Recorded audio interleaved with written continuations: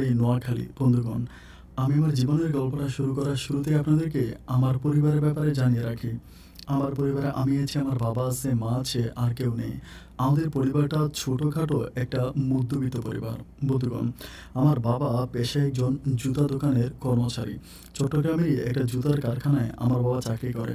আমি আমার জীবনের গল্পটা খুব ছোটোবেলা থেকে শুরু করি। আমি যখন খুব বেশি ছোটো ছিলাম তখন আমি আমার মায়ের সাথে গ্রামে থাকতাম। গ্রামের কোনো একটি স্কুল থেকে আমি ক্লাস 5 পর্যন্ত পড়াশোনা করি। ক্লাস 5 থেকে যখন আমি 6-এ উঠি, আমাদের পরিবারটা এমন একটা পরিবার যে পরিবারে নুন আনতে পান্তা পোড়ায়। কিন্তু আমার বাবা মায়ের স্বপ্নগুলো ছিল আকাশ ছোঁয়া। তারা স্বপ্ন দেখে যে একদিন আমি পড়াশোনা করে অনেক বড় হব। সেই নিরিখে বাবা আমাকে নোয়াখালী থেকে চট্টগ্রামে নিয়ে যায়। চট্টগ্রামে বাবা একটা জুতার কারখানায় চাকরি করতো। সেই সুবাদে বাবা যে পরিমাণ বেতন পাইতো ওইটাতে বাবা একটা বস্তিতে ভাড়া থাকতো, এবং ওই বস্তি বাসায় বাবা আমাকে নিয়ে যায়। আমি ওখানে বাবার সাথে থাকি। বাসায় টুকিটাকি কাজ করে, রান্নাবান্না যতটুকু পারি অতটুকু করি, এবং এরই সাথে সাথে আমি ওখানকার একটা স্কুলে ক্লাস 6-এ ভর্তি হয়েছি। আমি যখন ক্লাস 6-এ ভর্তি হই এবং যেই স্কুলে আমি ভর্তি হই ওই স্কুলে অনেক বড়লোকের ছেলেমেয়েরা পড়াশোনা করে।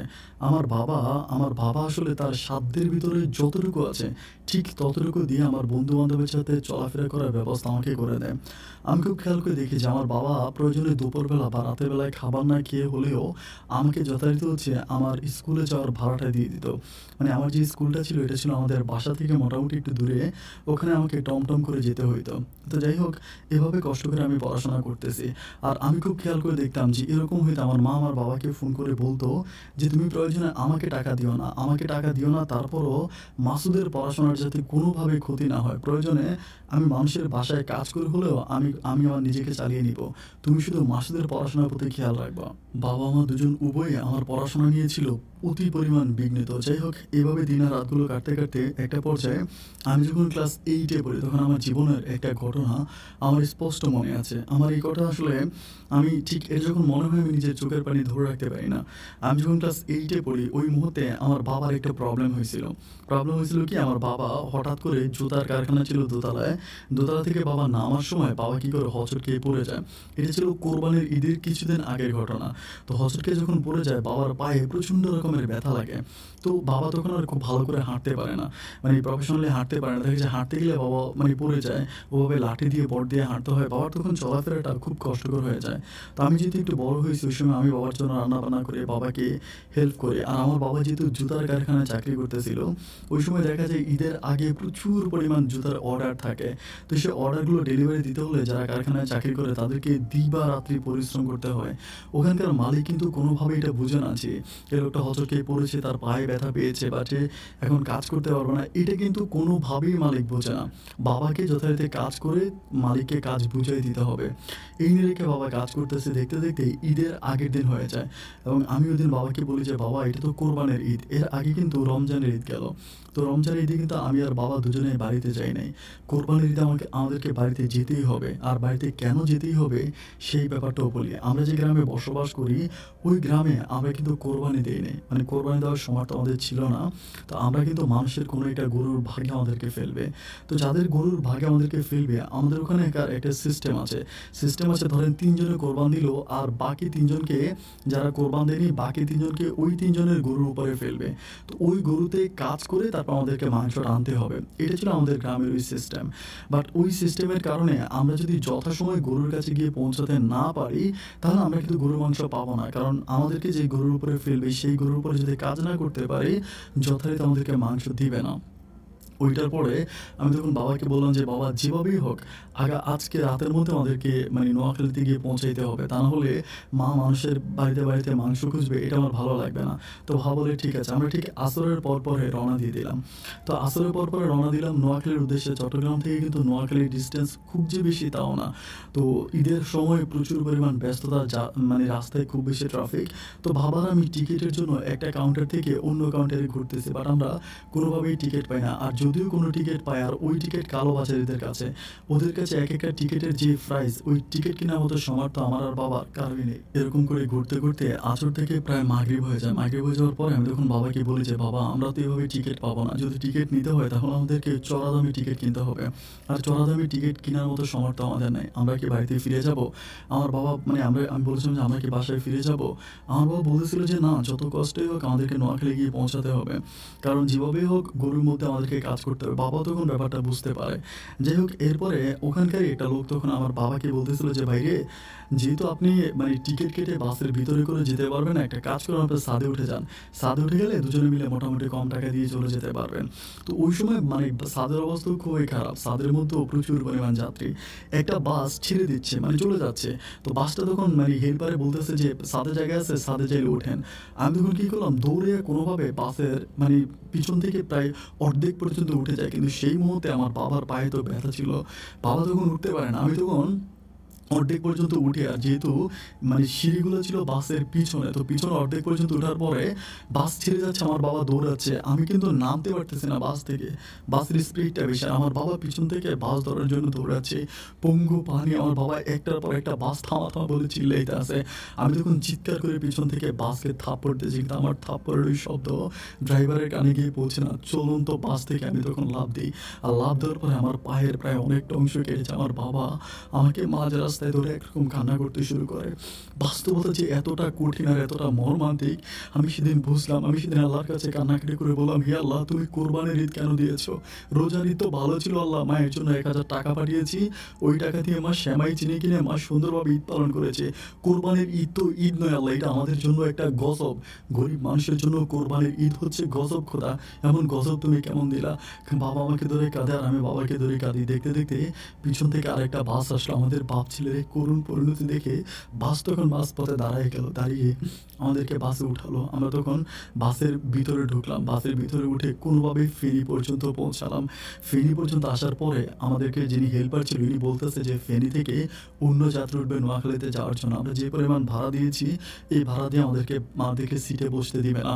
আমাদেরকে বলতেছে যে পাশে দুই পাশে যে সিটের মধ্যখানে যে জায়গাটা, ওই জায়গাটার ভিতরে বসতে বলতেছে। তো আমি তো শিক্ষিত একটা ছেলে, ক্লাস 8-এ পড়ি, আমি কিভাবে এমন একটা জায়গায় বসবো?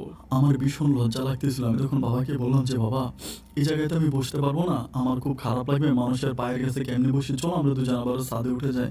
আমার বাবা বলে, তুই তো পায়ে ব্যথা পাইছিস, তুই উঠতে পারবি? আমি বললাম, বাবা পায়ে আমি ব্যথা পাইছি ঠিক আছে, আমি কিন্তু উঠতে পারবো, তুমি উঠতে পারবা? আমার বাবা বলে যে হ্যাঁ, আমি উঠতে পারবো। তো বাপ ছেলে দুজনে কি করি, ফেনী থেকে খুব কষ্ট করে বাসের ছাদে উঠি। এবার ফেনী থেকে বাসটা নোয়াখালীর উদ্দেশ্যে গ্রামের মেঠো পথ দিয়ে চলতে শুরু হলো। আমি আর বাবা দুজনেই বাসের ছাদে বসে আছি। আমি বাবাকে বলতেছিলাম যে বাবা, আমাদের জীবনটা এরকম কেন, কেন এত কষ্ট বাবা? আল্লাহ কিছু মানুষকে কেন এত কষ্ট দিয়ে দুনিয়াতে পাঠায়? আমার বাবা বলে যে এটাই জীবনের বাস্তবতা, বাস্তবতার সাথে যুদ্ধ করেই মানুষকে বাঁচতে হয়। আমি তখন বললাম যে বাবা, আমার না খুব খারাপ লাগে যে আল্লাহ কাউকে অনেক দম দিয়েছে, আবার কাউকে এত কষ্ট কেন দিচ্ছে? আমার বাবা বলে, দুনিয়াতে যে মানুষগুলো অনেক বেশি কষ্ট থাকে তারাই হচ্ছে আল্লাহর প্রকৃত বান্দা। নবী করিম হযরত মুহাম্মদ সাল্লাল্লাহু আলাইহি সাল্লামকে আল্লাহ নবীত্ব পাওয়ার আগে অনেক বেশি কষ্ট দিয়েছে। আল্লাহ পরীক্ষা করে। এই দুনিয়াটা হচ্ছে একটা পরীক্ষার মহামঞ্চ। এই পরীক্ষায় উত্তীর্ণ হতে পারলেই মৃত্যুর পরে জান্নাত, আর যদি না হতে পারে মৃত্যুর পরে জাহান্নাম। সুতরাং এই দুনিয়াতে যারা কষ্ট করে বেঁচে থাকে তারাই আল্লাহর প্রকৃত মুমিন বান্দা। বাবার এই কথাগুলো আমার স্পষ্ট মনে আছে, কথাগুলো বলতেছে। আর আমরা দুজনেই বাসের ছাদের রিলিং ধরে আছি, রিলিং ধরে ধরে বাসটা চলতেছে, যাচ্ছে। এরকম করে অনেক দূর যাওয়ার পরে, ওখানে যাওয়ার পরে বাসটা হঠাৎ করে থেমে গেল। কারণ যে ওইখানে প্রচুর পরিমাণ ট্রাফিক, রাস্তার মধ্যে খুবই ট্রাফিক, সামনে নাকি কোনো একটা ট্রাক উল্টে গেছে। তো ট্রাফিক হওয়ার কারণে আমরা তো উপরে বসে আছি। তখন কিন্তু এমন অবস্থা যে প্রচণ্ড গরমও লাগতেছিল। সবাই যে একসাথে বসছি রাতের বেলায়, তো গরমও লাগতেছিল, গরমও প্রচণ্ড, হাওয়াতেও যেন গরম আসতেছিল। তো এরপরে আমি কী করলাম, বাবাকে বলতেছিলাম যে বাবা, এরকম গরমে তো আমি আর নামতে পারতেছি না, কি করব?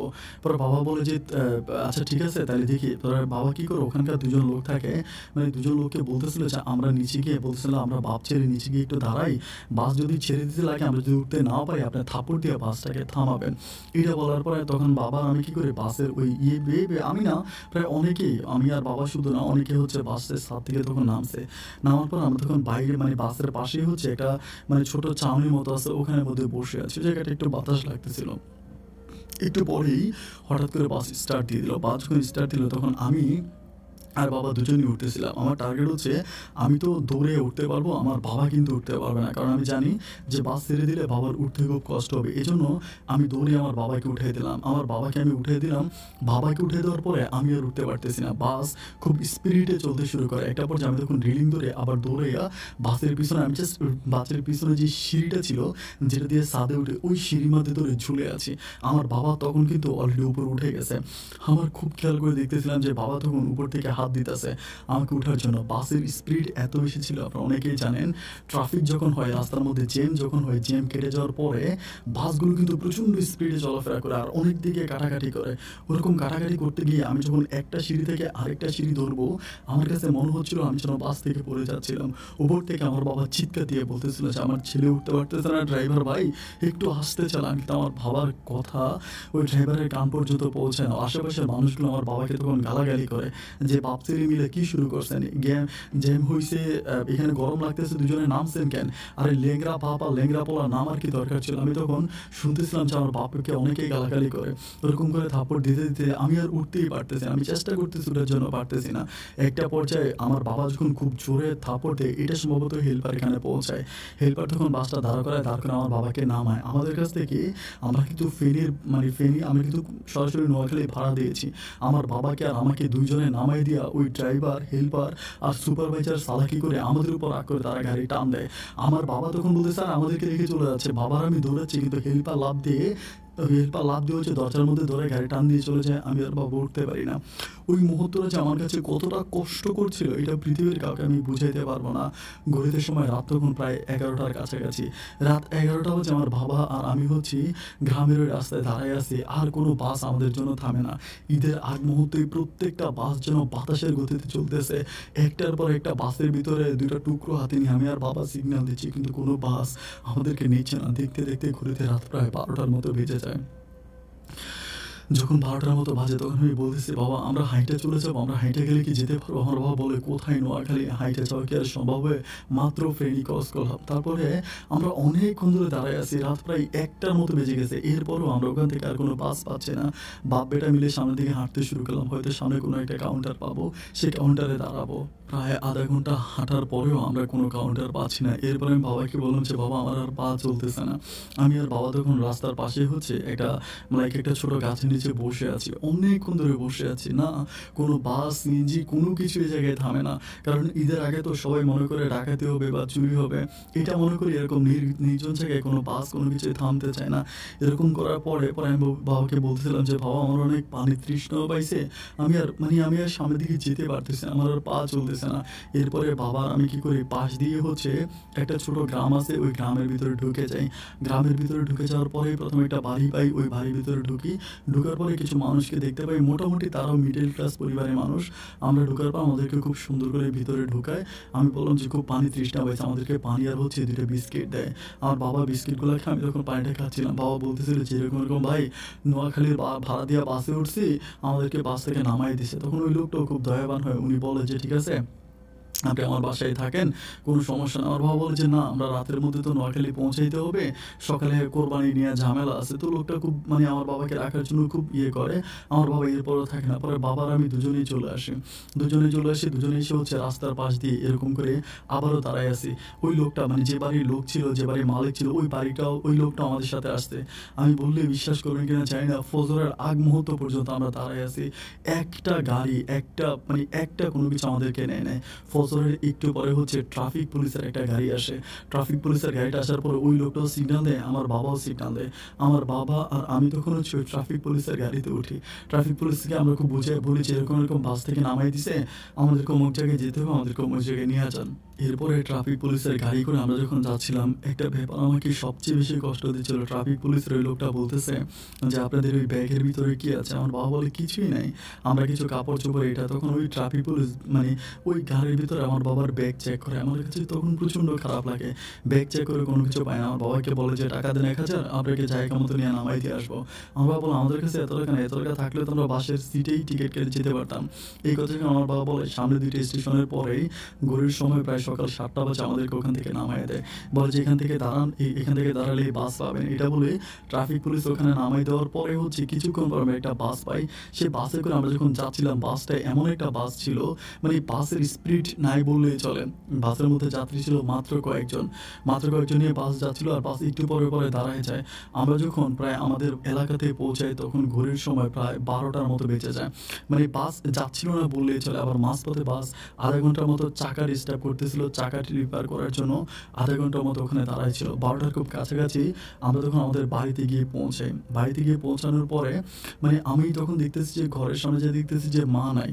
মাকে ডাকাডাকি করতেছি, মা নাই। পরে দরজা দিয়ে ভিতরে ঢুকে দেখতেছি ঘরের ভিতরে মা নাই। বাবাকে বললাম যে, "বাবা, মাকে তো দেখতে পাচ্ছি না, মা কোথায় গেল?" বাবা বলতেছে যে, "কোথাও গেছে মনে হয়, তুই খোঁজ না।" আমি তখন এখানে সেখানে বিভিন্ন জায়গায় মাকে খুঁজতেছি। খুঁজতে শেষ পর্যন্ত আমি দেখলাম যে আমার মা একটা গরুর কাছে গিয়ে দাঁড়ায় আছে। সবাইকে গরুর মাংস দিয়ে দিছে, লাস্টে আমার মাকে গরুর মাংস দিচ্ছে না। আমি যাওয়ার পরে বললাম যে, "আমাদেরকে গরুর মাংস দিচ্ছে না কেন?" তখন ওখানকার একটা বৃদ্ধ মহিলা ছিল যারা কোরবানি দিয়েছে। ওই বৃদ্ধ মহিলার কথাটা আমার মরণ পর্যন্ত মনে থাকবে। ওই মহিলা আমাকে বলে, "কোরবানির মাংস নিতে হলে গরু জবাই করে কাজ করে নিতে হয়। এটা কি জানো না? এটা কি মাথার মধ্যে নাই? বাপ ছেলেই হচ্ছে চট্টগ্রাম থেকে দৌড়ে চলে আসছো মানুষের গরুর মাংস নেওয়ার জন্য। তোমাদের জন্য কি মানুষ মাংস কেটে কি রেখে দিছে নেওয়ার জন্য? অসভ্য ছেলে।" মানে খুব খারাপ করে আমাকে কথাগুলো বলে। আমার তখন এত খারাপ লাগে, তখন আমি মনে বলি যে মাঝ রাস্তায় যে চিৎকার করে বলছিলাম, "কোরবানির ঈদ আমার মতো গরিব মানুষের জন্য হচ্ছে অভিশাপ।" আসলেই অভিশাপ। যাই হোক, এরপর আমাদেরকে মাংস দেওয়া হয়। ওই মাংস আনার পরে মা তখন কোনোভাবে হচ্ছে কুটাকুটি করে যতটুকু পারে আমার আর বাবাকে খেতে দেয়। আমরা তখন বিকেলের দিকে খাই। আমারও হাঁটুর মধ্যে দাগ, আমার বাবা তো অসুস্থ হয়ে। তো মা বলতেছিল যে, "এত কষ্ট করে আসার কি দরকার ছিল?"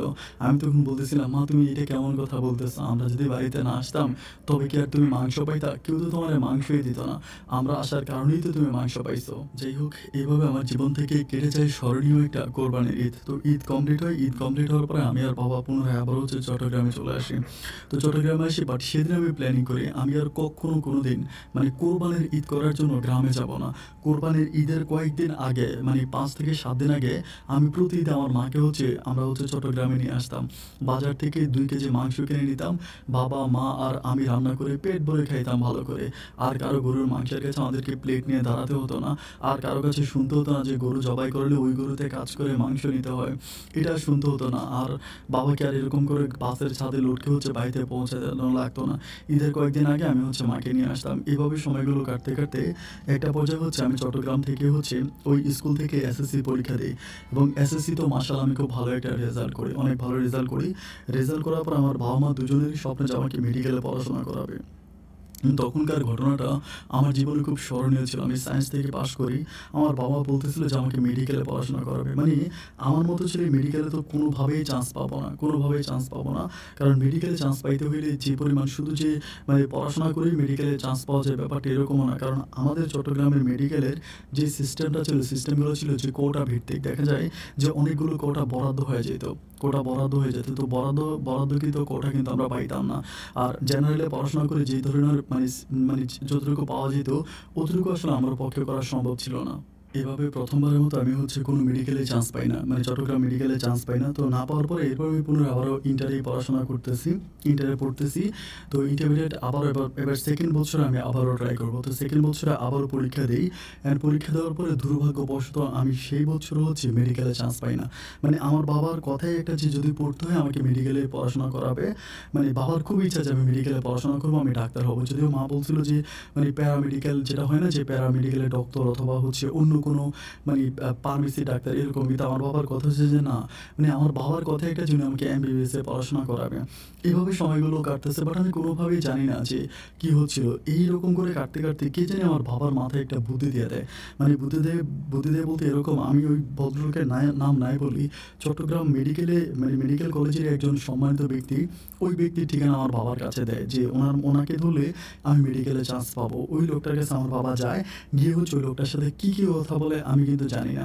কী কথা বলে জানি না। কথাবার্তা বলার পরে আমার বাবা ঘরে এসে আমাকে বলতেছিল যে মানে মোটামুটি আমি তোর ভর্তির একটা ব্যবস্থা করে দিয়ে আসছি এবং তোকে আমি ভর্তি করাইতে পারবো, এটা বাবা বললো। তো বলার পর আমি আসলে একটু অবাক হয়েছিলাম যে কীভাবে আমাকে মেডিকেলে ভর্তি করাবে। মানে আমি তো আসলে মানে ভর্তি হওয়ার কোনো সিস্টেম দেখতেছি না, কারণ মানে নর্মালি যে ভর্তি পরীক্ষা ওই ভর্তি পরীক্ষাতে আমি পাস করি নাই, তাহলে কীভাবে ভর্তি মানে আমাকে ভর্তি করাবে। কিন্তু সব স্টুডেন্টগুলো ভর্তি হয়ে যাওয়ার পরেও আমার বাবা আল্লাহর কি হুকুম আমাকে কীভাবে জানি ভর্তি করায়, এবং কীভাবে ভর্তি করায় আমার বাবা দীর্ঘদিন প্রায় 15 থেকে 20 দিনের মতো আমার বাবা বাড়িতে থাকে না।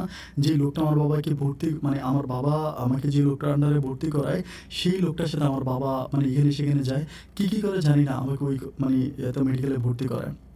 আমি চট্টগ্রাম মেডিকেলে ভর্তি হই এবং ভর্তি হওয়ার পরে আমি ওখানে পড়াশোনা করতেছি। আসলে মানে পড়াশোনা করার জন্য যে খরচ আমি আসলে এটা বলে বোঝাতে পারবো না। তখন আমার বাবা তো জুতার ফ্যাক্টরিতে চাকরি করতোই, আর পাশাপাশি আমার মা তখন গার্মেন্টসে চাকরি করতো। মা গার্মেন্টসে চাকরি করতো, বাবা জুতার ফ্যাক্টরিতে চাকরি করতো। দুজনের পরিশ্রমে মানে অগাধ পরিশ্রমে আমি মেডিকেলে পড়াশোনা করতেছি। আমার টার্গেট হচ্ছে যেভাবেই হোক আমাকে অন্তত এমবিবিএস কমপ্লিট করতে হবে, কারণ এমবিবিএস কমপ্লিট যদি আমি করতে পারি তাহলে আমার জীবনে সবচেয়ে বড় সুখটা আসবে। ওই মুহূর্তে কিন্তু আমার বাবা মায়ের যদিও দুজনে কাজ করতেছে, আমিও কিন্তু শুধু যে পড়াশোনা করি তাও না, আমি তখন পড়াশোনার পাশাপাশি টিউশন করি। আমারও টিউশনের টাকা, আমার বাবা মা দুজনের টাকা আমার একা পড়াশোনা করতে খুব কষ্ট হয়ে যাচ্ছিল। দিন আর রাতগুলো এভাবে কাটতে কাটতে তখন কলেজে যেহেতু পড়াশোনা করি, এখানে প্রচুর পরিমাণ বন্ধু বান্ধব আমার হয়ে যায়। গরিবের ছেলে হলে কি হবে, চট্টগ্রাম মেডিকেলে পড়ি, তার মানে সবচেয়ে বড় সম্মানের জায়গায় পড়াশোনা করতেছি, সিএমসিতে পড়ি। ওই হিসাবে সবার সাথে আমার খুব ভালো ফ্রেন্ডশিপ হয়। আমার বাবা কী করে, আমার মা কী করে, এটা তো কেউ জিজ্ঞেস করতেছে না। মেডিকেলের পোশাক পরে যাই, ওই হিসাবে দিন আর রাতগুলো কাটতে কাটতে আমার প্রচুর পরিমাণ মানে আমার সাথে যারা পড়াশোনা করে তাদের সাথে খুব ভালো ফ্রেন্ডশিপ হয়েছে। আমি তখন মানে প্রথম সেমিস্টার এবং সেকেন্ড সেমিস্টার শেষ করার পর যখন থার্ড সেমিস্টারে উঠি, থার্ড সেমিস্টারে যখন পড়তেছিলাম তখন থেকে একটা প্রবলেম আমার মাঝে দেখা দেয় বলতে, আমি যে মেডিকেলে পড়তাম সিএমসি মেডিকেলেরই হচ্ছে একটা মেয়ে যার নাম হচ্ছে বৃষ্টি। ওই বৃষ্টি মেয়েটার সাথে আমার মোটামুটি খুব ভালো একটা ফ্রেন্ডশিপ হয় বলতে অন্য মেয়েগুলোও ভালো আমাদের সাথে, আমার বেসে যারা পড়তো। কারণ এরই মাঝে বৃষ্টি মেয়েটা একটু বেশি ভালো ছিল। বেশি ভালো থাকার কারণ হচ্ছে বৃষ্টি আমাকে অলওয়েজ টেক কেয়ার করতো। আমার পরিবারের যে দুর্দশাগুলো বৃষ্টি এগুলো জানতো, যে আমার বাবা এটা করে, আমার মা এটা করে, মানে আমার পরিবারের মূল ব্যাপারগুলো আমি শুধু বৃষ্টির কাছে বলতাম। আমার হচ্ছে মেডিকেল কলেজের আর কারো কাছে আমি বলতাম না, মানে কারো কাছে এই ব্যাপারগুলো আমি বলতাম না। শুধুমাত্র বৃষ্টিকে আমি অলওয়েজ বলতাম যে এরকমভাবে করতেছি, ওরকমভাবে করতেছি, মানে বিভিন্নভাবে আমি সমস্ত কথাগুলো বৃষ্টির কাছে বলতাম। তো যাই হোক, এরপরে এভাবে হচ্ছে দিনের রাতগুলো কাটতে কাটতে একটা সময় বৃষ্টি আমার কাছে একটা হেল্প চায়। আমাকে বলতেছিল যে মাসুদ, আমি একটা প্রবলেমে পড়ছি, মানে আমাকে একটু হেল্প করা লাগবে, আমাকে এটা বল। আমি বললাম যে ওকে ফাইন, ঠিক আছে, হেল্প করবো, কী হয়েছে আমাকে বল। তো বলতেছে যে আমার বাবা মা আমাকে বিয়ে দিয়ে দিচ্ছে, এখন তুই তো মানে দেখতে একেবারে রাজকুমারের মতো, আমি তোকে আমার বাবা মায়ের সামনে তোকে প্রেজেন্ট করবো। আমি বললাম যে আরে পাগল নাকি, তুই আমাকে কী বলতেছিস, আর কেউ না জানুক, অন্তত তুই তো জানিস আমি কোন পরিবারের ছেলে বা আমার পারিবারিক ব্যাকগ্রাউন্ড কী, এগুলো জানার পরে তুই তোর বাবার কাছে আমাকে কীভাবে প্রেজেন্ট করবি। আমি যতদূর জানি মোটামুটি বৃষ্টির বাবা চট্টগ্রামের ভিতরে নামি দামি একজন মানুষ, মানে ওনার অনেক ব্যবসা বাণিজ্য আছে, ব্যবসায়িক মানুষ। আমি তখন বললাম যে আমাকে কীভাবে তুই প্রেজেন্ট করবি। আমাকে বলে যে না, আমি তোকে যেভাবে প্রেজেন্ট করবো, আমি একটা প্ল্যানিং করছি, তুই আমার প্ল্যানিং অনুসারে কাজ করে দিবি, তাহলেই হয়ে যাবে। আমি তখন বললাম যে প্ল্যানিং কী, কিসের প্ল্যানিং। আমাকে বলে যে আমার মা কিন্তু একটু অন্যরকম, মানে একটু সহজ সরল টাইপের, আবার আমার মা যেটা বলে আমার বাবা কিন্তু সেটাই শোনে। আমি তখন বললাম যে তোর প্রবলেমটা কি। আমাকে বলে যে প্রবলেম হচ্ছে আমার বাবা আমার বিয়ে ঠিক করে ফেলেছে, তার একটা বন্ধুর ছেলে গেছে আমাকে বিয়ে দিয়ে দিবে, এই নিয়ে বাবার সমস্ত কথাবার্তা ফাইনাল করে ফেলছে। তো এখন আমি চাচ্ছিলাম যে আমার এমবিবিএসটা অ্যাটলিস্ট কমপ্লিট হলে এরপর আমি বিয়ে করব। এই অবস্থার ভিতরে আমি বিয়ে করতে চাচ্ছিলাম না, আমি শুধু চাই যে আমার পড়াশোনাটা কমপ্লিট হোক, দেন আমি বিয়ে করব। আমি তখন বললাম যে তো ঠিক আছে, তাহলে সেক্ষেত্রে আমি কী করতে পারি। আমাকে বলে এই কথাগুলোই তোকে বলতেছিলাম যে আমি তোকে আমার মায়ের কাছে নিয়ে যাব, তুই তোর বাবা মায়ের মূল ঠিকানাগুলো তোর মানে তুই হাইড করবি, তুই বলবি যে তোর বাবা মা দুজনেই হচ্ছে মানে তোর বাবা মা দুজনেই ঢাকাতে থাকে এবং তোর বাবাও ডাক্তার এবং তোর মাও ডাক্তার, এটা বলবি যে তোর বাবা মা দুজনেই ডাক্তার, তারা ঢাকাতেই থাকে এবং নাম করা ডাক্তার তারা। হ্যাঁ, তো তুই এখানে থেকে পড়াশোনা করিস, বাট তুই তোর আন্টির বাসায় থাকিস, এটা বলবি। মানে নিজেকে তুই বড় লোকের ছেলে হিসেবে আমার মায়ের কাছে প্রেজেন্ট করবে, অ্যান্ড প্রেজেন্ট করার পর আমার মা তখন রাজি হবে আমি আশা করি। এরপরে আমি তোকে পছন্দ করি, তুই আমাকে পছন্দ করিস, তার মানে আমার পড়াশোনা কমপ্লিট হলে আমি তোকে বিয়ে করবো। ওই টার্গেটে তুই গিয়ে আমার আব্বা আমার সাথে কথা বলবি। আমি বললাম তখন আমার এই কথাগুলো তুই তো বললে পারিস। তুই যদি তোর মাকে বলিস যে, "মা, আমি পড়াশোনা কমপ্লিট হওয়ার পরে বিয়ে করব।" তাহলে তো কোনো প্রবলেম না। তখন ও বলতেছিল যে, "আমার বাবার একটু প্রবলেম আছে। এটা আমি তোর কাছে লুকাচ্ছিলাম।" আমি বললাম, "কি?" ও বলছে, "আমার বাবার হার্ট অ্যাটাক করেছিল ২ বার এবং এখন যদি করতে পারে তাহলে বাবার খুব খারাপ অবস্থা হয়ে যাবে।" সো বাবা চাচ্ছিল যে বাবা একদম সুস্থ সবল থাকা অবস্থায় বাবা আমার জামাইকে দেখে যাবে বা বাবা সবকিছু কমপ্লিট করবে। আমি তখন বললাম যে, "এইরকম একটা ঘটনার ভিতরে তুই আমাকে ইনভলভ করিস না। দেখ আমি পড়াশোনা করে খুব কষ্ট করে আমার এরকমতে আমি এগুলোতে জড়াইতে চাই না।" আমাকে বলে, "তুই দেখতে একেবারে রাজকুমারের মতো। তোর লুকিং, তোর চেহারা, তোর কথাবার্তা সবকিছু অনেক বেশি স্মার্ট। আমি জানি যে এই জায়গায় শুধুমাত্র তুই পারবি আমাকে এই বিপদ থেকে বাঁচাতে। আদারওয়াইজ আমার বিয়ে হয়ে যাবে।" আমি বললাম, "তোর বিয়ে হইলে তুই পড়াশোনা করবি, সমস্যা কি?" আমাকে বলে যে, "না, বিয়ের পরে আমি চাচ্ছিলাম যে তোদের সাথে থেকে জাস্ট পড়াশোনা কমপ্লিট করে আমি বিয়ে করব।" তো আমি তখন বললাম যে, "আচ্ছা ঠিক আছে, বল আমাকে কী করতে হবে?" আমাকে বলে যে, "আমি কালকে আমার মাকে কলেজে নিয়ে আসবো। তুই একটু আমার মায়ের সাথে বইসা কথা বলবি।" আমি বললাম, "ঠিক আছে, আমি তোর মায়ের সাথে কথা বলতে পারি, কিন্তু আমি তোর বাবার সাথে কথা বলতে পারবো না।" অতটুকু আমাকে বলল, "আচ্ছা ঠিক আছে।" তো এর পরের দিনে ও কী করে সকালবেলা ওর মাকে নিয়ে আসে। তখন আমি একটা বাটনওয়ালা মোবাইল ফোন ব্যবহার করতাম। ওই মোবাইল আমাকে কল দিয়ে বলে যে, "তুই একটু সাজুগুজু করে আসিস।" আমাকে ওভাবে বলে। আমি তখন বললাম, "ঠিক আছে।" আমার মনে হয় যে আমার জীবনে ঠিক সেদিন আমি কোট আর প্যান্ট পরেছিলাম এবং তাও লন্ড্রির কাছ থেকে ভাড়া করে, লন্ড্রির দোকান থেকে ভাড়া করে আমি সেদিন শার্ট আর প্যান্ট পরি এবং আমি ইন করি। আমার কাছে মনে হয় সেদিনকার লুকিংটা আমার জীবনে একটা স্মরণীয় লুকিং ছিল। খুবই স্মার্ট লাগতেছিল নাকি আমাকে শুনেছিলাম। এরপরে কলেজে আসি, আসার পর দেখলাম যে ওর মাকে নিয়ে আসছে। চট্টগ্রাম বিশ্ববিদ্যালয় চট্টগ্রাম কলেজের চট্টগ্রাম মেডিকেলের পাশেই হচ্ছে একটা কুফতি বলতে একটা রেস্টুরেন্ট আছে। ওই রেস্টুরেন্টে আমি বসি, ওর মাও বসে এবং ও বসে। বসার পরে খাওয়া-দাওয়া করি অ্যান্ড খাওয়া-দাওয়া করার পর ও কিন্তু আমাকে আগেই ৳২,০০০ দিয়ে দেয়। ওর মাকে খাওয়া-দাওয়া করে এটার বিল দেওয়ার জন্য। তো ওর মা আমাকে জিজ্ঞেস করে যে, "বাবা তুমি কি করো?" ওর মাকে ও কি বলে ওটা আমি জানি না। আমাকে জিজ্ঞেস করে যে, "তুমি কি করো?" আমি তখন বললাম যে, "আমি আসলে পড়াশোনা করি ওর সাথে।" আর আমার বাবা-মায়ের কথা জিজ্ঞেস করলো। আমি বললাম যে, "বাবা আসলে বেশিরভাগ সময় দেশের বাইরে থাকে। বাবা হচ্ছে মেডিকেলের খুব বড় ডক্টর।" এটা বুঝিয়ে বলি চার্জারি ডক্টর। এটা বলি যে বাবা বেশিরভাগ সময় হচ্ছে বাইরে থাকে। এটা বলি তো উনি তখন বলে যে, "ঠিক আছে তোমার মা?" আমি বললাম যে, "মা হচ্ছে ঢাকা মেডিকেলেই বসে। আর মাও মোটামুটি আমি যতটুকু পারি আরকি ও আমাকে যেভাবে শিখাই দেয় আমি ওভাবে হচ্ছে তার মায়ের কাছে বলি। সবকিছু বলার পরে তার মা বলে যে, "আমার মেয়ের সাথে তোমার সম্পর্ক কতদিনের?" আমি তখন ওর মুখের দিকে তাকাই। ও তখন ওর মাকে বলতেছে, "মা আজকে প্রায় ২ বছরের মতো।" এটা বলে। আমি তখন নিচের দিকে তাকাই থেকে কি করব কিছু বুঝতে পারতেছিলাম না। আমি নিজেও তো অনেক সরল মানুষ। আমাকে যেভাবে শিখিয়ে দিচ্ছিল আমি ঠিক সেভাবেই বলতেছিলাম। যাই হোক, এভাবে সময়গুলো কাটতে, কাটতে একটা পর্যায়ে ওর মা আমার সাথে খাওয়া-দাওয়া করে আমাকে আর বিল দিতে দেয় না। ওর মা নিজেই জোর করে বিলটা দিয়ে দিল। তো আমি তখন ওই টাকাটা বৃষ্টিকে ফিরিয়ে দিতে চাচ্ছিলাম। বৃষ্টি তখন আর নিচ্ছিল না। বৃষ্টি আমাকে তখন বলতেছিল যে, "এই টাকাটা তোর কাছে রেখে দে, তোর কাজে আসবে।" আমার কাছে মনে হয় যে সামান্য ২ মিনিট অভিনয় করার কারণে আমি ৳২,০০০ পেয়ে গেলাম। এটা কিন্তু আমার জন্য অনেক বড় পাওয়া। যাই হোক, এভাবে সময়গুলো সামনের দিকে অতিবাহিত হচ্ছিল। দিন আর রাতগুলো কাটতে, কাটতে তখন আমার বাবা সেই আগেরই জুতার ফ্যাক্টরিতে কাজ করে। কিন্তু আমার বাবার একটু প্রমোশন হয়। আগের চেয়ে বাবার একটু ভালো প্রমোশন হয় এবং আমার মা তখন গার্মেন্টসের মোটামুটি খুব ভালো একজন কর্মী। বাবা দুজনের বেতন মিলিয়ে খুব ভালো টাকাই পাচ্ছিল। পাশাপাশি আমিও হচ্ছে টিউশনি করতেছিলাম। দিন আর রাতগুলো এভাবে কাটতে, কাটতে একটা পর্যায়ে আমি তখন বৃষ্টির সাথে অলওয়েজ এই ব্যাপারটা নিয়ে কথা বলি এবং বৃষ্টি মা আমার নাম্বারে কল করে। "বাবা তুমি কেমন আছো? ভালো আছো কিনা? খেয়েছো কিনা? তোমার আব্বা-আম্মার সামনে কথা হয় কিনা? আন্টির বাসায় থাকো, আন্টি কিরকম?" অনেক ব্যাপার নিয়ে উনি আমার সাথে কথা বলে। কন্টিনিউ ওনার কাছে এই মিথ্যেগুলো বলতে, বলতে একটা সময় আমি খুব টায়ার্ড হয়েছি যে আসলে কত মিথ্যে বলবো। একটা মিথ্যেকে ঢাকা দেওয়ার জন্য আরেকটা মিথ্যে, আরেকটা মিথ্যেকে ঢাকনা দেওয়ার জন্য আরেকটা মিথ্যে। এভাবে মিথ্যেগুলো বলে, বলে ওর মায়ের সাথে আমি আস্তে, আস্তে করে সামনের দিকে যাচ্ছিলাম এবং যেতে, যেতে একটা সময় আমরা ফাইনাল ইয়ারে চলে আসি। মেডিকেলের ফাইনাল ইয়ারে এমবিবিএস এর ফাইনাল ইয়ারে আসার পরে ওই সময় হচ্ছে বৃষ্টির মা একদিন আমাকে বৃষ্টিদের বাসায় দাওয়াত দেয়।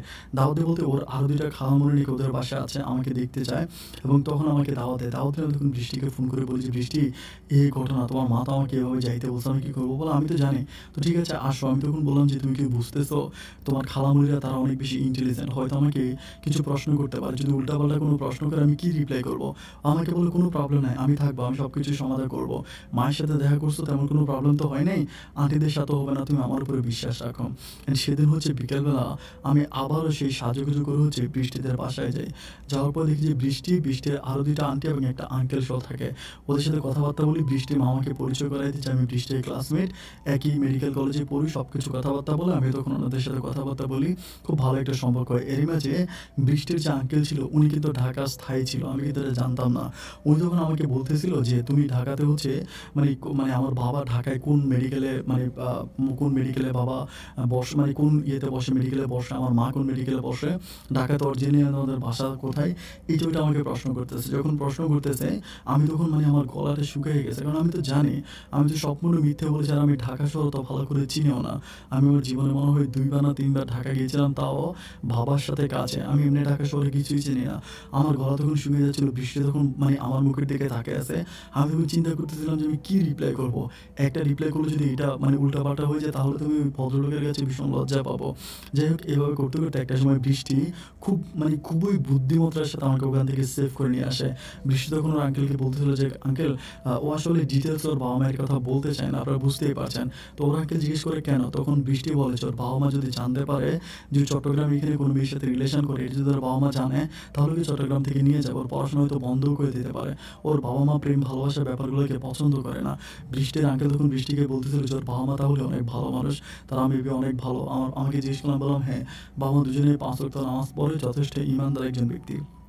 প্রায় আধা ঘন্টার মতো ওখানে থাকার পর আমি তখন চলে আসি, এবং এর পরের দিন আমার কাছে কেন জানি মনে হচ্ছিল যে এই ব্যাপারটা আমি অন্যায় করতেছি, এটা আমার অপরাধ হচ্ছে। আমি তখন বৃষ্টির কাছে বললাম যে বৃষ্টি, আমি এই ব্যাপারটা নিয়ে আর সামনের দিকে যেতে চাই না, কারণ আমার কাছে মনে হয় আমি যেন এটা অন্যায় করতেছি। আমাকে বলো অন্যায় কিসের অন্যায়? আমি বললাম আমার কাছে তো অন্যায় মনে হয়, কারণ দেখো আমাকে আজকে তোমার আন্টি প্রশ্ন করছে, কালকে তোমার আঙ্কেল করবে, আঙ্কেল করে, এরপরে দিন তোমার মা থেকে তোমার বাবা, এভাবে যদি কোনোদিন তারা আমার ডিটেলসটা জানতে পারে, আমি তাদের সাথে মুখ দেখাবো কেমন করে? ও আমাকে বলতেছে তুমি মেয়েদের মতো কথা বলতেছো কেন? তুমি প্লিজ একটু বুঝতে চেষ্টা করো, কিচ্ছু হবে না, এরকম করে ও আমার সাথে ঘেঁষে ঘেঁষে কথা বলে। তো প্রতিদিন কথা বলে করতে করতে আমাকে দুষ্টমি করে জামাই বলে ডাকে, মানে জামাই বলে ডাকে, আমাকে দুষ্টমি করে মাঝে মাঝে বউ বলে ডাকে। এইভাবে আমাদের কলেজের প্রায় মোটামুটি অনেকগুলো ছেলে মেয়ে জেনে যায় বৃষ্টির সাথে আমার এই সম্পর্কের ব্যাপারটা।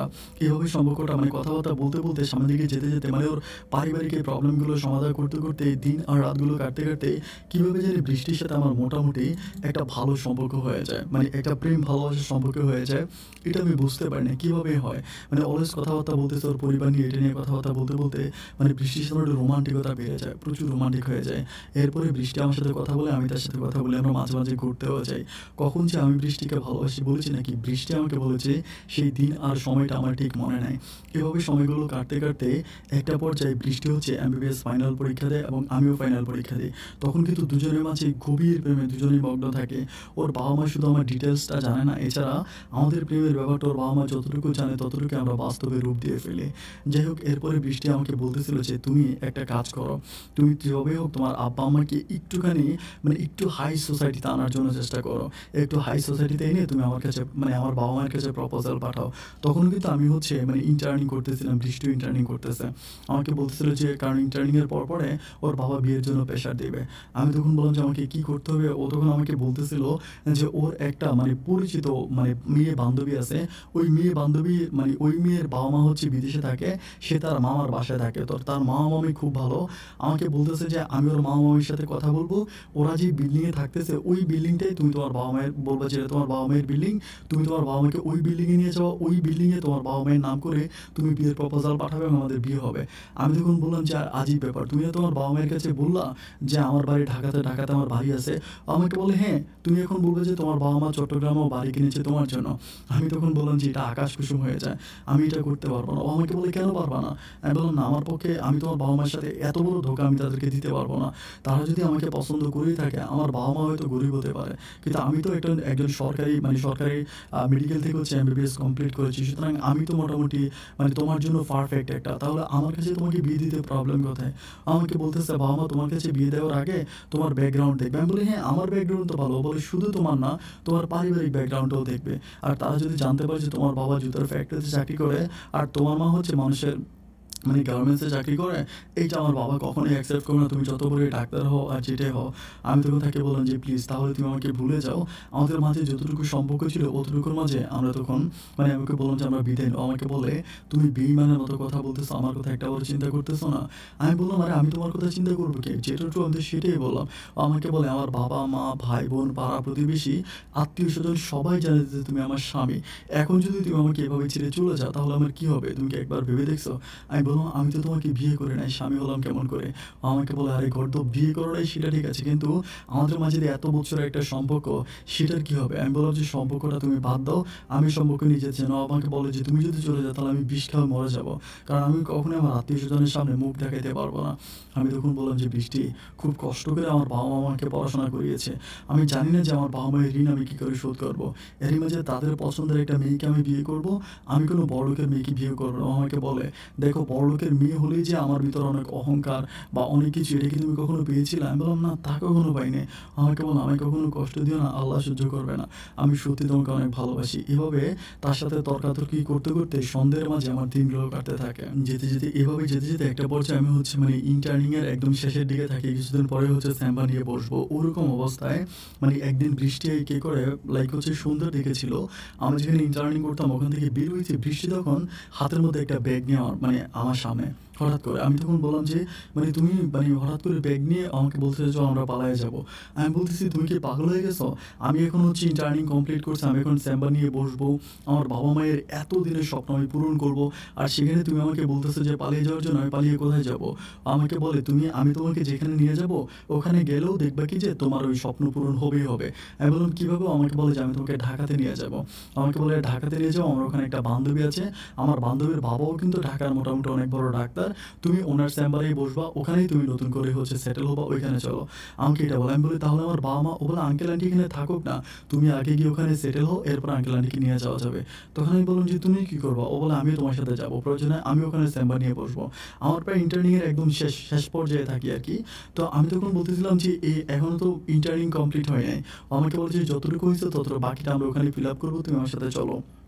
আমি তখন বললাম, "এটা তুমি কেমন কথা বলতেছো? মাত্র আমি আমার জীবনের এই প্ল্যাটফর্মে এসে দাঁড়িয়েছি। ঠিক এই সময় কোনো স্টেপ নেওয়া কি ঠিক হবে? তোমার আব্বা-আম্মা তোমাকে খুঁজে বের করে ফেলবে না?" ও আমাকে বলে যে, "আমার কাছে এছাড়া আর কোনো রাস্তা খোলা নেই। কারণ আমি তোমাকে বললাম যে তুমি আমার বান্ধবীর মামার কাছে যাও, তুমি যেতে পারবা না। তাহলে আমার বাবা-মা আমাকে অন্য কোথাও বিয়ে দিয়ে দিবে। আমি এখন কী করবো? আর অন্য কোথাও বিয়ে দেওয়া বড় কথা নয়। তোমার কথা অলওয়েজ জিজ্ঞেস করতেছে, আমি কী বলবো? আমি নিজে অনেক প্যারার মধ্যে থেকে আমি বাধ্য হয়েছি এই কাজটা করতে। তুমি প্লিজ আর দ্বিমত পোষণ করো না, তুমি আমার সাথে ঢাকাতে চলো।" আমি বললাম যে, "ঠিক আছে, তুমি আজকের রাতটা তুমি কোথাও থাকো, আমি কালকে সকালেই তোমার সাথে যাবো।" ও বলে যে, "না, ঠিক এই মুহূর্তে তুমি আমার সাথে চলে যাও।" আমি ঠিক সেদিন এক কাপড়ে তার সাথে ঢাকাতে রওনা দিই। আমি বাবাকে ফোন করে বলি যে, "বাবা, আমি ইন্টার্নিং এরই একটা কাজে ঢাকাতে যাচ্ছি। আমি কমপ্লিট করে বাড়িতে আসবো, তুমি মাকে বইলো।" এটা বলে আমি তখন তার সাথে ঢাকার উদ্দেশ্যে রওনা দিই। সবশেষ আমি ঢাকাতে গিয়ে পৌঁছাই। ঢাকাতে ধানমন্ডিরই একটা বাড়িতে বৃষ্টি আমাকে নিয়ে যায় এবং ওর বান্ধবীর বাড়ি ওখানে নিয়ে যায়। আমি জানি না আসলে এক্স্যাক্টলি ওটার বান্ধবী ছিল নাকি মেয়েটার সাথে ওদের বান্ধবী ছাড়া অন্য কোনো সম্পর্ক ছিল। কারণ এই বৃষ্টি ওই মেয়ের সাথে কথাবার্তা দেখে মনে হলো দুজনের মাঝে প্রচুর গভীর সম্পর্ক। যাই হোক, এরপরে আমি ওখানে থাকতেছি। থাকার পরে ওর যে বান্ধবীর বাবা ছিল উনি আবার ধানমন্ডিতে একটা হসপিটালে বসতো। একটা প্রাইভেট হসপিটাল, ওই হসপিটালে উনি আমাকে নিয়ে যায়। উনি আমাকে বলে যে, "আমি এখানে আসলে সবসময় বসতে পারি না। আমি সপ্তাহে ৩ দিন বসবো এবং আপনি সপ্তাহে ৩ দিন বসবেন।" আমাকে এটা বলে। তো আমি যখন ওখানে বসতাম উনিও বসতো এবং তার পাশাপাশি বৃষ্টিও তখন ওই হসপিটালে বসতো। এভাবে দিনগুলো কাটতেছে। বৃষ্টিও তার বাবা-মায়ের কাছে সেম কথাই বলেছে। আমি ঢাকাতে আমি ওখানে চেম্বার খুলেছি, ঢাকাতে সেটেল হচ্ছি এবং আমিও সেম কথা আমার বাবা-মাকে বললাম। আর আমার বাবা-মা কি সেই মুহূর্তে আমি মোটামুটি যেহেতু কিছু টাকা ইনকাম করতে শুরু করি, ১ মাস পরেই আমার বাবা-মা দুজন গ্রামে চলে যায় এবং সেটা আমিই বলি। কারণ তাদের এত শহরে থাকাটা খুব কষ্টকর হয়ে যায়। তখন আমার বাবা কিন্তু গ্রামে একটা টিনের ঘরও বানায়। ওই টিনের ঘর বানিয়ে আমার বাবা-মা তখন দুজনে গ্রামে চলে যায়। আমি তখন ঢাকাতে এভাবে প্রায় ৩ মাসের মতো থাকি। ৩ মাস থাকার পরে আমি মোটামুটি সবকিছু বুঝে যাই এবং আমার কাছে প্রচুর রোগীও আসতে শুরু করে। এরপরে আমি কি করি, ওই আঙ্কেলের চেম্বার ছেড়ে তার পাশেই একটা নতুন চেম্বার খুলি। ওখানে আমি রোগী দেখতে শুরু করি সাইনবোর্ডের মাধ্যমে। আমিও বসি, বৃষ্টিও বসে। এভাবে প্রায় আরও ২ মাসের মতো ধরে আমরা থাকি এবং এই ২ মাসে বৃষ্টি ঢাকাতে আসে, চট্টগ্রামে আসে, চট্টগ্রাম থেকে আবার ঢাকাতে যায়। এভাবে যাতায়াতের মধ্যে থাকে। দিন আর রাতগুলো এভাবে কাটতে কাটতে একটা পর্যায়ে আমরা যেহেতু দুজনে একই ঘরে থাকতেছি, একই রুমে থাকতেছি, একইভাবে চলতেছে, আমাদের দুজনের মাঝে ইচ্ছাই হোক আর অনিচ্ছাই হোক অনেক রকম সম্পর্ক হয়ে যায়। পরিশেষে বৃষ্টি আমাকে বলতেছিল যে, "যেহেতু আমরা এভাবেই থাকতেছি বা সবকিছু এভাবে চলতেছে, চলো আমরা বিয়ে করে ফেলি।" আমি বললাম যে, "এটা কি করা কি ঠিক হবে?" ও বলে যে, "আমি এটা ছাড়া আমার বাবা-মায়ের কাছে তোমাকে কীভাবে প্রেজেন্ট করবো? আমি বিয়ে করার পরে যদি আমার বাবা-মাকে এটা বলি, হয়তো আমার বাবা মেনে নিতেও পারে।" আমি তখন বললাম যে, "বাবা-মায়ের সাথে এভাবে মিথ্যে ছলনা তাদের সাথে করা আমার মনে হয় না যে ঠিক হবে।" আমাকে তখনও একরকম জোর করেই ঢাকারই কোনো একটা কাজী অফিসে ১০ লক্ষ টাকা কাবিন আমাকে বিয়ে করে। ৳১০,০০,০০০ কাবিনে আমাদের বিয়ের কাজটা কমপ্লিট হওয়ার পরে আমরা ঢাকাতেই হচ্ছে যে বাসায় থাকি ও বাসায় আমরা ছোটখাটো করে একটা বিয়ের আয়োজন করি। ওখানে আমার কিছু বন্ধু-বান্ধব থাকে চট্টগ্রাম থেকে তারা যায় এবং ঢাকারও কিছু পরিচিত মানুষ আমরা ওই মুহূর্তে হয়ে যায়। তাদেরকে সবাইকে মিলিয়ে ঝিলিয়ে খুব সুন্দর করে একটা বিয়ের আয়োজন করি এবং ওখান থেকে আমি এভাবেই থাকতেছি তার সাথে। তার বাবা-মাকে সে কীভাবে ম্যানেজ করে, বাবা-মাকে কীভাবে কী বলে এগুলো আমি জানি না। এভাবে সময়গুলো কাটতে, কাটতে প্রায় 6 মান্থের মতো কেটে যায়, ৬ মাসের মতো কাটে। এই ৬ মাসে আমি বেশ কয়েকবার নোয়াখালীতে এসেছি, আমার বাবা-মায়ের কাছে এসেছি এবং চট্টগ্রামে বৃষ্টির বাবা-মায়ের সাথে আমি দেখা করেছি। বৃষ্টির বাবা-মা মানে বৃষ্টির বাবা-মা যেটা জানে সেটা হচ্ছে আমি ঢাকাতে হচ্ছে আমি ওখানে মানে চেম্বার খুলেছি এবং বৃষ্টি আমার সাথেই আছে। কিন্তু আমাদের যে বিয়ে হয়েছে এটা কিন্তু বৃষ্টির বাবা-মা জানে না। তো ৬ মাস পরে একদিন যখন আমি বৃষ্টিদের পাশে আসি, ওখানে বৃষ্টির বাবা বলতেছে আমার বাবা-মাকে এখানে নিয়ে আসার জন্য এবং আমার বাবা-মায়ের পরিপ্রেক্ষিতে এটা আসলে মানে খুব ভালোভাবে এটা একটা বিয়ের অনুষ্ঠানের মাধ্যমে আমরা বিয়ে করব। এরকম একটা প্ল্যানিং। কিন্তু ওই সময় আমাদের বিয়ে হয়ে গেছে। আমি কিন্তু অলরেডি বৃষ্টিকে বিয়ে করে ফেলছি।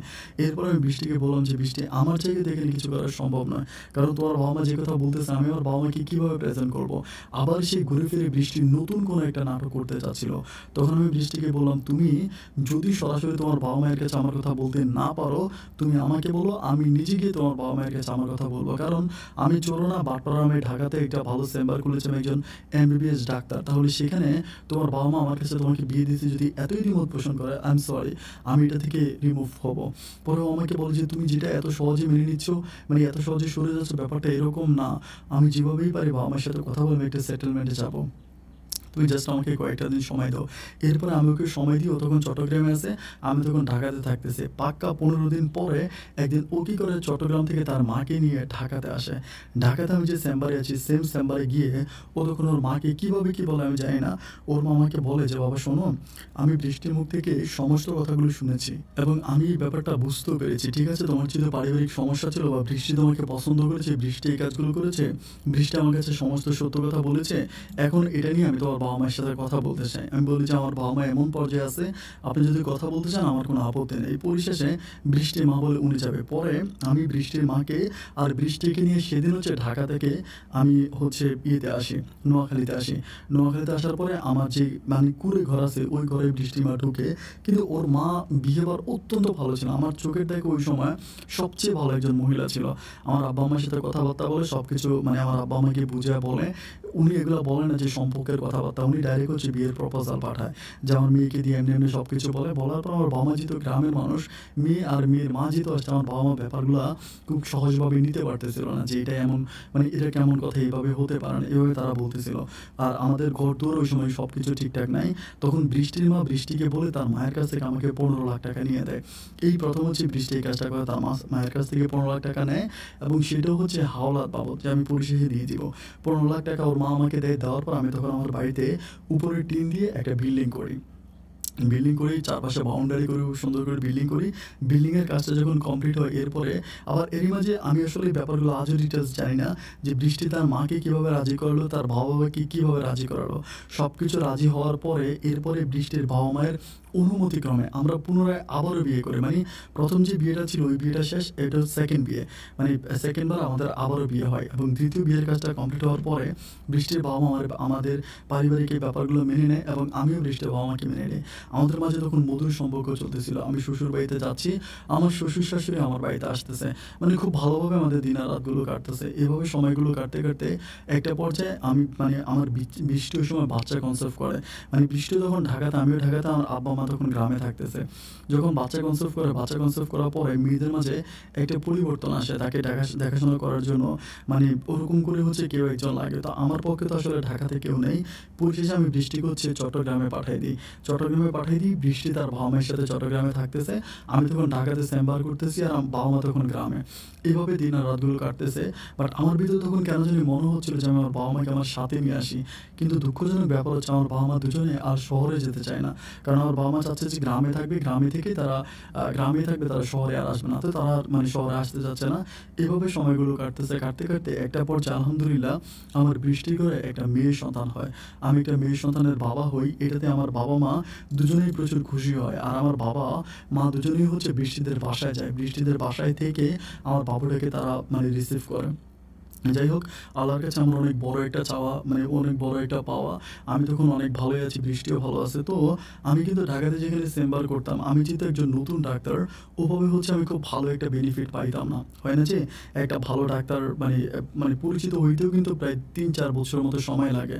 তো ওরকম সময় তো আমি পাইলাম না। সেক্ষেত্রে আমি ট্রাই করতেছিলাম যে দেশের বাইরে গিয়ে কিছু একটা করার জন্য। দেশের বাইরে গিয়ে কোনো একটা হসপিটালে বসবো এবং দেশের বাইরে গেলে মোটামুটি একটু ভালো টাকা মানে ইনকাম করা যাবে। এরপরে আমি কি করি, ওখানকার এই ঢাকার একটা মানে হচ্ছে ফরেন ডাক্তার সাথে কথা বলে আমি তখন হচ্ছে মালয়েশিয়াতে যাওয়ার প্ল্যানিং করি। মালয়েশিয়া থেকে একটা মালয়েশিয়ান একটা হসপিটালে বসবো, ওখানে রুগী দেখবো। ওইটাতে আমি কথাবার্তা বলি, কারণ ওখানে অনেক বেশি টাকা ইনকাম করা যাবে। শুধুমাত্র বেশি টাকা ইনকাম করব। আমার আমার এই পর্যন্ত কিন্তু বৃষ্টির মায়া থেকে যে ঋণটা করছিলাম, ওই ঋণটা আমি পরিশোধ করতে পারি না। তারপর আমার একটা মেয়ে সন্তান হয়ে গেছে।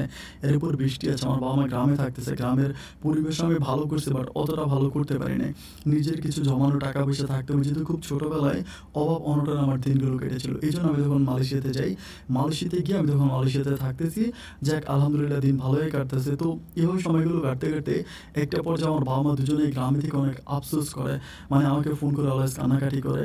এবং আমার যে রিলেটিভ আছে তারা আমাকে বলে যে তোর বাবা মা এত কষ্ট করে তোকে পড়াশোনা করিয়েছে, এত বড় করে তোকে মানে বড় করেছে, অথচ তোর বউ শহরে থাকে, তুই বিদেশে থাকিস, তো তোকে পড়াশোনা করে লাভ হলো কি? বৃদ্ধ মহিলা তারা মানে বাবা মা তারা এখানে থাকে, মানে খুব ভালোভাবে আমাকে বোঝাচ্ছিল। বোঝানোর পরে আমি তখন বৃষ্টিকে বলতেছিলাম যে বৃষ্টি, তুমি তোমার বাবু ডেকে নিয়ে তুমি গ্রামে চলে যাও, আমার মায়ের কাছে যাও। এখন বৃষ্টি আর ওর বাবু নিয়ে আমার মায়ের কাছে যাবে না। বৃষ্টির কথা হচ্ছে ওর মেয়েকেও শহরে রাখবে। আমি বললাম যে ঠিক আছে, মেয়ে তো এখনও পড়াশোনা করে না, এখন তো দুধের বাচ্চা, তুমি তাকে নিয়ে গ্রামে থাকো। ও যখন বড় হবে তখন তুমি তাকে নিয়ে হচ্ছে আবার শহরে চলে আসবো। ওর কথা হচ্ছে ও কোনোভাবেই গ্রামে যাবে না। আমি খুব বেশি রাগারাগি করার পরে ও তখন গ্রামে যায়, বাট শুধু 2 দিন থাকে। 2 দিন পর ও তখন গ্রাম থেকে আবারও চলে আসে এবং এসে আমার সাথে খুব রাগারাগি করে যে ও গ্রামে যাবে না। তখন আমার যারা মামা ছিল, আমার মামা, আমার আত্মীয় স্বজন, তারা আমাকে খুবইভাবে আমাকে প্রেশার দিচ্ছে, যেটা হতে পারে না। বউকে সবসময় আয়ত্তে রাখতে হয়, বউকে কন্ট্রোলে রাখতে হয়। বড় লোকের মেয়ে যদি এভাবে ছেড়ে দিস তাহলে বউকে হারাবি। ওরকম করে সব আমাকে ভয় দেখাচ্ছিল। ভয় দেখানোর পরিপ্রেক্ষিতে আমি তখন বৃষ্টির সাথে একটা পর্যায়ে প্রচণ্ড রকমের রেগে যাই এবং রেগে গিয়ে বলি যে তুমি যদি গ্রামে না থাকো, আমার বাবা মায়ের সাথে না থাকো, তাহলে আমি যেভাবে হোক একটা খারাপ স্টেপ নিয়ে নেব। মানে আমি একরকম তাকে হুমকি দিই। হুমকি দেওয়ার পরে ও তখন গ্রামে চলে যায়, মানে নোয়াখালীতে যায়। এবং নোয়াখালীতে যাওয়ার পরে ও যেহেতু একজন এমবিবিএস ডাক্তার ছিল, সেখানে আমার গ্রামে আমার আমার একটা পরিচিত মামা আছে, ওনার আবার চেম্বার আছে, মানে বাজারে হচ্ছে অনেক বড় চেম্বার, চেম্বার মানে ওষুধ ফার্মেসির ওরকম। আমার মামা তখন ওখানে হচ্ছে বৃষ্টির জন্য একটা চেম্বার খোলে, যে বৃষ্টি ওখানে সপ্তাহে হচ্ছে 2 দিন রুগী দেখবে, ওরকম করে চেম্বার খোলে। আমি তখন এটাতে অনেক খুশি হয়েছি, আলহামদুলিল্লাহ। যাই হোক, বৃষ্টি যদি ওখানে রুগী দেখে তাহলে তো আমার জন্য অনেক ভালো। আমার এলাকার মানুষগুলো জানবে যে আমার বউ রুগী দেখতেছে, আমার বাবারই সম্মান বাড়বে, আমার মায়েরই সম্মান বাড়বে। ওটা চিন্তা করে তখন ওই মামার চেম্বারে বৃষ্টি বসে। বৃষ্টি হচ্ছে ওখানে রুগী দেখে, সপ্তাহে 2 দিন দেখে। এভাবে দিনগুলো কাটতেছে। তখন আমিও মোটামুটি ওখানে ভালো টাকা ইনকাম করতেছি। এভাবে সময়গুলো কাটতে কাটতে হঠাৎ করে আমি একটা বিপদে পড়ে যাই। বিপদে পড়ে যাই বলতে এরকম যে আমি মালয়েশিয়ান একটা মানে খুবই বড়লোক একজন মানুষ ছিল। ওনার হচ্ছে মানে করি, ওনার হচ্ছে আমি চিকিৎসা করি। চিকিৎসা করার ক্ষেত্রে এই ভুলটা আমার অ্যাসিস্ট্যান্ট যে ছিল ডাক্তার, উনি ছিল ইন্ডিয়ান। আমার ওই অ্যাসিস্ট্যান্ট খুব মারাত্মক একটা ভুল করার কারণে ওই লোকটা হচ্ছে মারা যায়। এখানে অনেক কথাবার্তা আছে মারা যাওয়ার। আমি ওইদিকে না যাই, লোকটা মারা যায় এবং মারা যাওয়ার পরে ওখানকার যে নাগরিক ছিল তারা কি করে আমার নামে মামলা করে যে আমার গাফলতির কারণে রোগী মারা গেছেন, ওদের মানে ওই বৃদ্ধ লোকটা মারা গেছে, এটা নিয়ে আমার নামে ওরা মামলা করে দেয়। এবং মামলা করে দেওয়ার পরে আমাকে এই মামলা নিষ্পত্তি হওয়া ছাড়া আমি তখন আর বাংলাদেশে আসতে পারতেছি না, মানে বাংলাদেশে আসা আর আমার হচ্ছে না।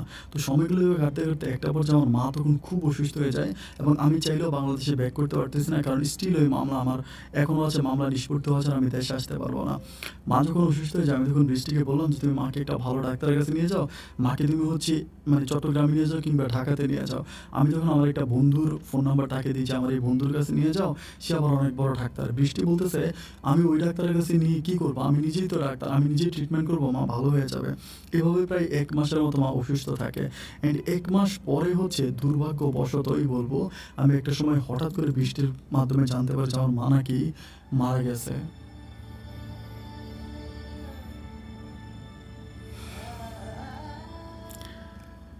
মা মারা গেছে কথাটা শোনার পরে আমি তখন প্রচণ্ড রকমের কষ্ট পাই। কারণ গার্মেন্টসে চাকরি করে মানুষের ভারী, ভারী কাজ করে আমার মা আমাকে পড়াশোনা করিয়েছে। মায়ের এই মৃত্যুটা আমি স্বাভাবিকভাবে মেনে নিতে পারি না। আমার খুব কষ্ট হয়েছিল। খুব কষ্ট হয়েছিল এবং ওই মামলা থেকে আমি তখন মানে মানে কোনোভাবেই রেহাই পাচ্ছিলাম না। যে মামলাটা আমার নামে করা হয়েছিল, ওটা ওরা ইমিগ্রেশনের পর্যন্ত পেপারস দিয়ে দিচ্ছে। ওটা ইনকোয়ারির মধ্যে আছে। এইজন্য আমি আর আমার মায়ের কবরেও মাটি দিতে পারি নাই। মানে তখন নিজেকেই কেন জানি অনেক বেশি অসহায় মনে হচ্ছিল যে আমি কেন বিদেশে আসলাম? আমি কেন বেশি টাকা ইনকাম করার জন্য এই কাজটা করলাম? দেশেই তো ভালো ছিলাম। দেশেই তো ভালো টাকা ইনকাম করতে পারতাম। বৃষ্টি আমার মায়ের চিকিৎসা করেছে। আমি থাকলে হয়তো আমার মায়ের আরও ভালো ট্রিটমেন্ট করতে পারতাম। এটা চিন্তা ভাবনা করি। আবার এটাও বলি, বৃষ্টি আমাকে নিজে বলে যে যার হায়াত নাই তাকে কেউ বাঁচাতে পারে না। হায়াত নাই, তোমার মা চলে গেছে। যাই হোক, আল্লাহর কাছে বললাম যে দোয়া করলাম আল্লাহ যাতে আমার মাকে ভালো রাখে। পরপর মা যাতে ভালো থাকে। প্রায় ১.৫ মাস পরে আমি তখন আবার এই মামলা নিষ্পত্তি হয়ে আমার উপরে কোনো এফেক্ট আসে না। আমার যে এক্সিস্টেন্স ছিল তার উপরে বিপদ হয়। তার ৭ মাসের জেল হয়। মালয়েশিয়ান জেল হয় তার ৭ মাসের। আমি তখন মালয়েশিয়া থেকে বাংলাদেশে আসি এবং বাংলাদেশে আসার পর আমি মায়ের কবরে প্রচণ্ড রকমের কান্নাকাটি করি। এরই মাঝে আরেকটা ব্যাপার কিন্তু ঘটে গেছে। আমার মা মারা যাওয়ার পরে বৃষ্টি তখন আমার মায়ের মৃত্যুটা খুব স্বাভাবিকভাবে মেনে নিতে পারে নাই। মানে ও আর ওর সন্তানই তখন আর আমার এখানে থাকবে না। মানে ও তখন কী করে, আমার বাবাকে আর আমার মেয়েকে নিয়ে ও তখন আমার শ্বশুর বাড়িতে চলে যায়। মানে চট্টগ্রামে চলে যায়। ও তখন চট্টগ্রামে থাকতেছে। আমি তখন চট্টগ্রামে যাই। গিয়ে তাদের সাথে দেখা করি এবং মায়ের কবরে এসে খুব কান্নাকাটি করি। মায়ের কবর জিয়ারত করি এবং মায়ের কবরের ৪-৫টা পাকা করি। এরপরে বৃষ্টি শহরে থাকতেছে। কিন্তু আমার বাবা ওই সময় বাবার ভিতরে একটু পরিবর্তন কাজ করে। বাবা মায়ের মাঝে কিন্তু গভীর সম্পর্ক ছিল। মানে দুজন দুজনকে একটা মুহূর্ত না দেখলে বাঁচত না। খুবই গভীর সম্পর্ক। সেক্ষেত্রে আমার বাবা বলতেছিল যে আমার মায়ের কাছে থাকবে। মানে গ্রামে আমার মায়ের কাছে থাকবে। এইটা বলতেছে, মানে মায়ের কবরের পাশে থাকবে। তো একটু মুরব্বি টাইপের মানুষ। আমি তখন বললাম যে ঠিক আছে, তুমি যদি মায়ের কবরের কাছেই থাকো তাহলে তুমি চলে যাও। এন্ড প্রয়োজনে বৃষ্টি আর বৃষ্টির বাবুও চলে যাবে। আমার কথা হচ্ছে, আমি গ্রামে পড়াশোনা করেছি, গ্রামের স্কুলে পড়াশোনা করেছি। আমি মানুষের মতো মানুষ হয়েছি। আমার মেয়েও গ্রামেই পড়াশোনা করবে। এটা আমার প্ল্যানিং যে মেয়ে গ্রামে পড়াশোনা করবে। গ্রামে পড়াশোনা করলে মেয়েরা অনেক ভালো হয়। ওই প্ল্যানিং করে আমি তখন বৃষ্টিকে বললাম যে তুমি তোমার মেয়েকে নিয়ে চলে যাও, গ্রামে চলে যাও এবং গ্রামেই তুমি থাকো। আমি ওখানে ভারী ঘর করেছি, খুব সুন্দর করে পরিচর্যা করেছি। এখন বৃষ্টি আর গ্রামে তার মেয়েকে নিয়ে যাবে না, কোনোভাবেই যাবে না। এখানে বৃষ্টির যে বাবা মা ছিল তারাও বৃষ্টির সাথে পক্ষ নিয়ে নেয়। তারাও বলতেছে যে না, তাদের মেয়েকে তারা এভাবে গ্রামে পাঠাবে না। তারা তাদের মেয়েকে এমবিবিএস ডাক্তার বানিয়েছে। তারা শহরে ভালো একটা চেম্বারে মেয়েকে বসাবে। ওইখানে মেয়ে বসবে। মেয়ে কেন গ্রামের অজপাড়াগায় গিয়ে বসবে? এরকম কেন? আমাকে বলতেছিল তুমি ঢাকাতে চেম্বার করো, চট্টগ্রামে চেম্বার করো। আমার মেয়ে কেন নোয়াখালীর একটা অজপাড়াগায় চেম্বার করবে? মানে তারা চাচ্ছে যে আমি যেন তাদের মেয়েকে ডাউন করে ফেলতেছি। আমি তখন বললাম যে দেখেন, ওর ইনকাম তো আমার দরকার নাই। আমার ইনকামেই তো ও চলতে পারতেছে। তাদের কথা যে না, তাদের মেয়ে চট্টগ্রাম থেকে একটা চেম্বারে বসবে। এটা তাদের ভিউ। কিন্তু আমার বাবা ওই সময় ছোটো বাচ্চাদের মতো মায়ের জন্য কান্নাকাটি করতে শুরু করে যে বাবা গ্রামে চলে যাবে। এরপরে একটা পর্যায়ে বাধ্য হয়ে আমি তখন আমার বাবাকে গ্রামে পাঠিয়ে দিই। বাবা তখন গ্রামে আমার মায়ের কবরের জায়াত করে, মায়ের কবরের পাশে থেকে কোরআন তেলাওয়াত করে। এভাবে চলতেছে। কিন্তু সেই মুহূর্তে আগেরই সেম প্রবলেম আমি দেখতেছি। প্রবলেম দেখতেছি, বৃষ্টি তখন মূলত চেম্বার করে এবং বৃষ্টি অলওয়েজ ওই চেম্বারেই থাকে। আমাকেও টাইম দেয় না, আমার মেয়েকেও টাইম দেয় না। আমাদেরকে দুজনকেই টাইম দেয় না। ও তখন ওর চেম্বার, ওর চাকরি, ওগুলো নিয়েও চলতেছে। আমি তখন সরাসরি চট্টগ্রামেই চেম্বার করে ঢাকাতে মাসে সপ্তাহে ২ দিন বসি। আর বাকি দিনগুলো চট্টগ্রামেই থাকি। ওখানেই চেম্বার করতেছে। এবার তখন স্বামী স্ত্রীর মাঝে একটা অন্যরকম ডিস্টেন্স হয়ে যাচ্ছে। আমার বাবা মায়ের কাছে কেমন জানি জামাই হিসেবে যতটুকু মূল্যায়ন পায় আর ততটুকু পাচ্ছি না। ওর বাবা মা আমাকে একটু ভিন্নভাবে দেখতেছে। আমার ভিতরে তখন কেমন জানি একটু নিজের ভিতরে একটু অন্যরকম ছোট আমি হয়ে যাচ্ছি। খুব খারাপ আমার লাগতেছিল। ওই সময় আমি তখন বৃষ্টিকে বললাম যে বৃষ্টি, তুমি ডাক্তার হয়েছো, সব কিছুই ঠিক আছে, কিন্তু এখানে যেরকম টাকা তুমি ইনকাম করতে পারতেছো, তুমি যদি নোয়াখালীতে রুগী দেখো তুমি সেম টাকা ইনকাম করতে পারবা। তুমি একটা কাজ করো, তুমি নোয়াখালীতে চলে যাও আমার মেয়েকে নিয়ে। কিন্তু না, বৃষ্টির কথাই একটা, ওর জীবন থাকতে ও কখনো নোয়াখালীতে আমার মেয়েকে নিয়ে যাবে না। এভাবে সময়গুলো কাটতে একটা পর্যায়ে আমার বাবা তখন গ্রামে অসুস্থ হয়ে যায়। বাবা গ্রামে অসুস্থ হয়ে গ্রামের আত্মীয়স্বজন সবাই আমাকে বলে। আর আমার বাবার জায়গায় যদি কোনো হইতো, লাইক আমার মা হইতো, সেখানে আমি একটা কাজের মেয়ে রেখে দিতে পারতাম। একটা কাজের মেয়ে আমার মাকে দেখভাল করতো। কিন্তু আমার বাবাকে টেক কেয়ার করার মতো কাজের মেয়ে আমি কোথায় পাবো? আর ওরকম কাজের মেয়ে রাখলে আমার বাবা রাখতেও চায় না। বাবার কথা বাবা একাই করবে। বাবা যখন অসুস্থ হয়ে যায় তখন আমি আর কি করব? আমি তখন বৃষ্টির মেয়েকে নিতে না পেরে আমি তখন নিজেই বাবার কাছে চলে যাই নোয়াখালীতে গিয়ে বাবার ট্রিটমেন্ট করতেছি। ট্রিটমেন্ট করতে করতে একটা পর্যায়ে আমার বাবার প্রস্রাবের ভিতরে সমস্যা সমস্যা দেখা দেয়, মানে ইউরিন কমপ্লিট না। তখন আমি আমার বাবাকে কিছু টেস্ট করাই, আমি নিজেই টেস্ট করি নোয়াখালীতে। আমি যেহেতু ডাক্তার, আমি নিজে টেস্ট করার পরে রিপোর্টের ভিতরে আমি যেটা দেখতে পাই, আজকে এত বছর পরে আমি বাবার রিপোর্টে দেখতে পাই যে আমার বাবার একটা কিডনি নাই। একটা হচ্ছে নষ্ট হয়ে গেছে, আরেকটা হচ্ছে সম্পূর্ণ রকমের নাই। আমি যখন জানতে পারি যে কিডনি নাই, আমার তখন এই ব্যাপারটা খুব অবাক লাগে। আমি বাবার পেটের সব কিছু চেক করে আমি তখন দেখতে পাই যে আমার বাপের পেট, মানে পেটের ভিতর অপারেশনের দাগ, অনেক পুরনো অপারেশন, কিন্তু ক্লিয়ার বোঝা যাচ্ছে। আমি তখন বললাম যে বাবা, এই অপারেশনটা কিসের অপারেশন ছিল? তোমার পেটে কিডনি নাই, আমি তো এই পর্যন্ত কখনো এগুলো চেক করি নাই, কী হয়েছে? আমার বাবা ঘটনাগুলো খুলে বলো, তুমি কি কিডনি কিছু করছো? আমার বাবা তখন বলে না, বলে না, বলে না, বলে না, খুব পরে, খুবই পরে আমার বাবা আমাকে বলতেছে, আমার পেটে যদি আজকে একটা কিডনি থাকতো তবে তুই আর ডাক্তার হইতে পারতি না।